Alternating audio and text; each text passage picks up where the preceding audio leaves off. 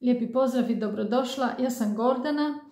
Drago mi je da si ovdje na kanalu namijenjenom emocionalno zreloj i slobodnoj ženi. Ako si više puta u životu u ljubavi započinjala iz početka, kao i ja, onda si sasvim sigurno u odnosima doživjela to da ne dobiješ ono što si zavrijedila. Odnosno da dobiješ nešto što nikako nisi zavrijedila. Pa je sada, prije nego što kreneš s nekim novim poznanstvom, definitivno pravo vrijeme kad bi bilo dobro pitati se kako ti to u stvari voliš biti voljena, odnosno da li si ikada ikome doista pokazala kako ti to voliš biti voljena. A to se pokazuje tako da od prvog trena, kad prvi put nekoga vidiš, na malim stvarima se to pokazuje. Od prvog trena, od kad krene poznanstvo i uvijek u svakom trenu, vježbaš to pokazivati na malim stvarima.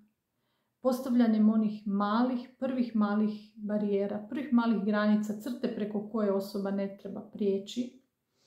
I vježbajući postaješ sve samopouzdanija i onda dođete do one točke u odnosu, u upoznavanju, kada nekome padne prvi put seks na pamet. I ovo je mjesto gdje većina žena, naročito onih koje su dugo same, nemaju dobro postavljenu granicu. Dakle, pravo vrijeme za seks u odnosu je zapravo ono kada te prije toga osoba koju upoznaješ uvjerila svojim djelima, pokazala ti dovoljno svojim djelima da ti doista vidiš da je ona odlučila biti predana u ovome odnosu. Dok se to ne dogodi, dotle ti ne osjećaš u odnosu dovoljnu količinu one emocionalne stabilnosti i sigurnosti da bi mogla stvarno uživati u odnosu i uživati u seksu, u vođenju ljubavi s tom osobom.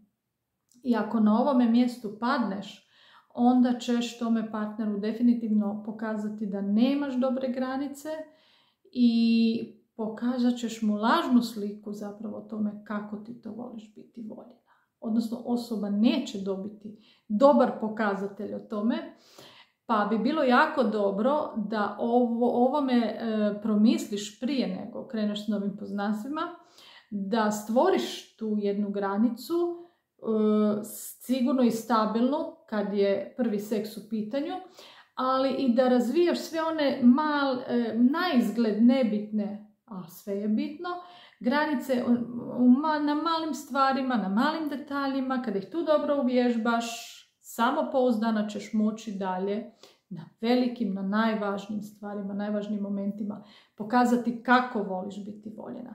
Želim ti da što prije nekome pokažeš kako zaista voliš biti voljena. Ako su ti ovo jako i veliki izazovi i dobro bi ti došla podrška u tom procesu, ispod u opisu videa je moj mail, možeš mi se javiti da dogovorimo nekakav razgovor, video poziv uživo gdje možemo vidjeti da li možemo zajedno raditi na ovome. Razmisli kako voliš biti voljena i pokaži to konačno svijetu, jednom zaozbiljno. Lijepi pozdrav, čuvaj se, čao!